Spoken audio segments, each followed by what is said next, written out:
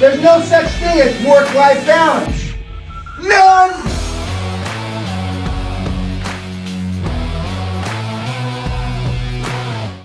Just fucking do it. Subscribe now. I had the misfortune of taking my mother-in-law about 10 years ago with my wife on a cruise around half the world or some bullshit. And we were in Australia. I forget where we were. New Zealand. Anyway, where they have that big round thing in the middle of there's a big round mound out in the middle of the desert. Well, anyway, we're there and we're having a campfire, and the mosquitoes were as big as bats, and the bats were as big as crows. And we're trying to eat our food, and there were two couples. Sally's sitting next to me, I'm sitting here. There's a couple with two children sitting here. They were both, he's from Bulgaria, and she's from Lithuania or something, and they have two teenage kids. And then there's another young couple from America in their late 20s, early 30s. And the two kids are listening. They don't want to be there. And they're both talking how to take advantage of the statutory leave policies in Australia.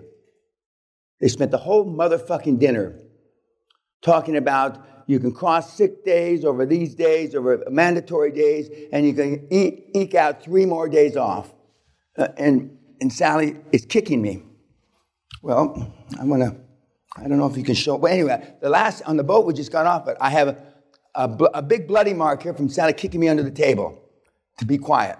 She was sitting on this side of me on that trip, she was sitting on this side of me, and she kept on kicking me to be quiet.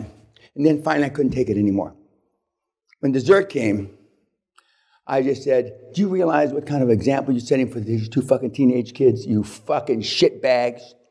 And I was hoping either the young husband would get up or the old man would get up, because I was going to knock the shit out of him. But neither one, they just ignored me. Just like my chest, 96%. If I had spit on their old lady's face, that means they would have ignored me. And I said, you're an insult. You should have rolled down the insult. And I went on and on and on. And finally, security pulled me away and asked me to sit at another table, which used to happen when I was in my late 20s to my late 40s. I got asked to move tables in restaurants more than this old geezer's got gray hair. Because there's just only so much I can take. Now, growing up in that household, and some of you grew up in households like that, the kids don't have a chance. They spend 45 minutes, the old couple showing the young couple how to get 3 more days of statutory leave out of the government.